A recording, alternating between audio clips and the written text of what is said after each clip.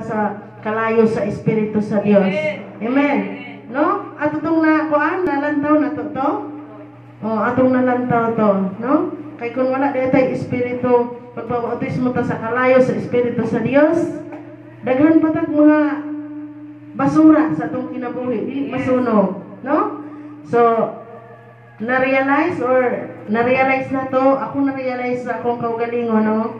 Nga kinahanglan gid siya. Kana siya, palangayon gid sa Ginoo.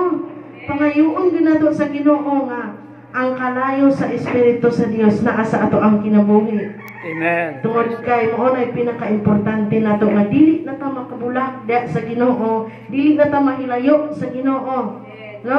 Dili na ta mahulog sa iyang mga kamot tungod kay naa naman tay kalayo sa Espiritu diha sa atong buhi nga Dios. Amen. Hallelujah. Dalaygon atong buhi nga Dios, no? Atong pangayoon gyud sa Ginoo nga ang Dios gyud naa gyud kanunay sa atong kinabuhi. Amen.